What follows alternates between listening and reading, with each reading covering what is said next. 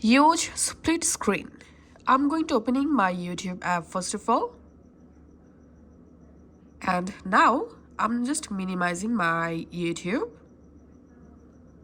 and open all recents.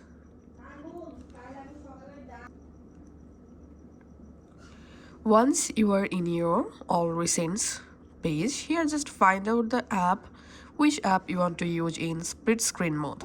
Now just long press on the app logo, and here as you can see, my YouTube is now playing in split screen mode. And let's see another way. Open recents and now just single press on the app logo, and here just tap on open in split screen view, and here we can see my YouTube in first option. And now let's select our second app.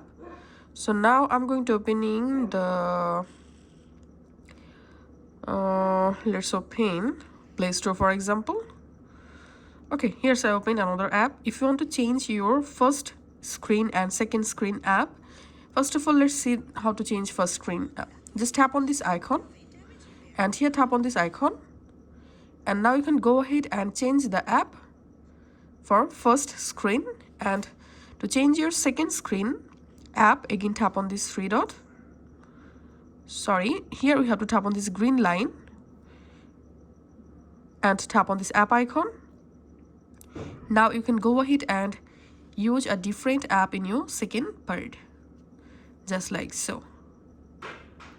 Now if you want to change your screen size for first app and second app, just tap and drag this part just like so to increase or decrease any app screen size. And that's how you can actually do it.